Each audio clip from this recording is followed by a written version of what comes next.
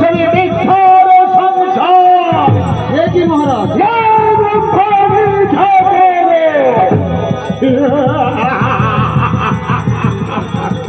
আমি রাজা, আমার সন্তান সন্ততিরা থাকায় আমি আমার প্রজাকে পুত্রের স্নেহে ভালোবাসে আর বলছে আমার সব ধর আমার রাজ্য বিখ্যাত সংসার এই মুহূর্তে ঘরে ধরে দূর করে দাও।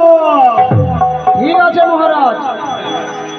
মনে রেখো এটা রাজা জয় সিংহের আদেশ, অমান্য করিলে কঠিন শাস্তি দেব তোমার।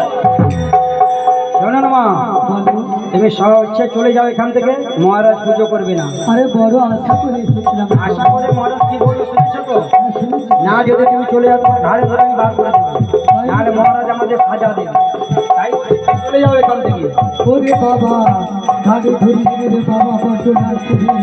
বড় আশা করে এসেছিলাম, কিন্তু তোদের মহারাজ চিনতে পারলো না, তোরাও চিনতে পারলি না। শোন, একদিন নয় একদিন পুজো দিতে হবে রে, পুজো দিতে হবে। মা যে সেই চলে গেল, এখনো তো ফিরে এলো না। আমি ফিরে এসেছি, শুনেছ না? তুমি ফিরে এসেছো মা? হ্যাঁ রে, শুনেছ না? মহারাজ তোমার পুজো করেছে মা? পুজো করেছে, তবে চরণ কমলে নয়, ঘা ধাক্কা দিয়ে দূর দূর করে বের করে দিয়েছে। কি মা? হ্যাঁ রে, শুনেছ না? ও মা, হ্যাঁ, তোমার ওইখানেই পুজো হবে। ওইখানে পুজো হবে। হ্যাঁ। কেমন করে? কেমন করে হবে শোনো তাহলে। এই মহারাজের যে 7 জন রানী রয়েছে, হ্যাঁ ওরা প্রতিদিন মান সরোবরে জল আনতে আসে। হ্যাঁ, সে তো। এবারে তুমি কি করবে? ছলনা করে তুমি মান সরোবরে থাকবে।